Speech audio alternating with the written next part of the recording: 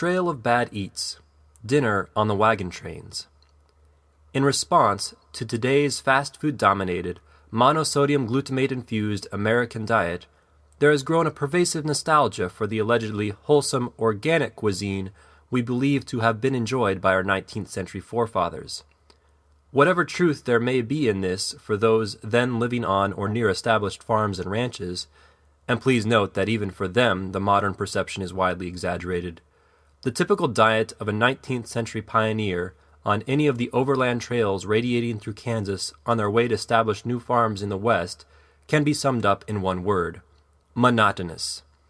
A tiresome and none too healthy daily round of sourdough, bacon, salt pork, cornmeal, beans, dried fruit or vegetables, and coffee, and that was for the early, easy stages. Toward the end, many a wagon party was reduced to subsisting on a small diet of hard crackers, pemmican, ground-up meat and vegetable powders mixed with lard, and wild herbal teas, if you had been lucky to find any wild herbs close by the trail. The dominant factors determining the menu for a wagon train had little to do with taste or even nutrition, but were primarily the food's weight, bulk, and shelf life. It was 2,040 miles from Leavenworth to Oregon City on the Overland Trail. Prudent immigrants allowed 6 months for the trip. 5 months was considered good time, and 4 months phenomenal. A typical pioneer wagon could transport 1,600 to 1,800 pounds of cargo. Given the exertions of the trail, most experts recommended allowing for 3 to 4 pounds of food per day for an adult and 2 pounds for children.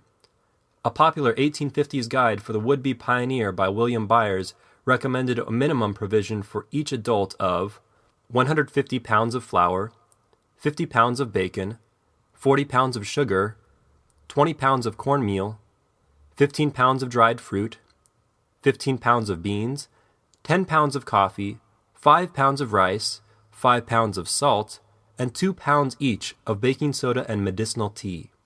A whopping 315 pounds for each adult or teenager, not including the many added knickknacks as you see fit that Mr. Byers helpfully allowed for. A pioneer family of 5 often required an entire wagon just for the food, let alone the utensils, cookware, tools, spare parts, and supplies for establishing themselves at the other end. The great advantage to these pioneer staples was that they would remain edible, if not necessarily delectable, for a year or more if they could be kept dry and free from vermin. Against the very high probability of spoilage, wise trail parties also packed emergency stores of hardtack, jerky, and pemmican, since they knew that the possibility of hunting and foraging for wild food to supplement their stores along the relatively heavily traveled trail system was minimal. Of course, they could buy from the few trading posts along the trails, but only if they had the cash and willingness to pay prices 5 to 10 times higher for inferior goods. Around 1860, a 50-pound sack of flour sold in Leavenworth for $1 might go for $7.50 at Fort Laramie, 650 miles away, and would often be infested with insects to add insult to extortion.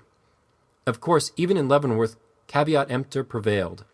As late as 1861, unwary pioneers were bilked by sharp operators selling surplus government hardtack from army stores procured for the Mexican War 20 years previous.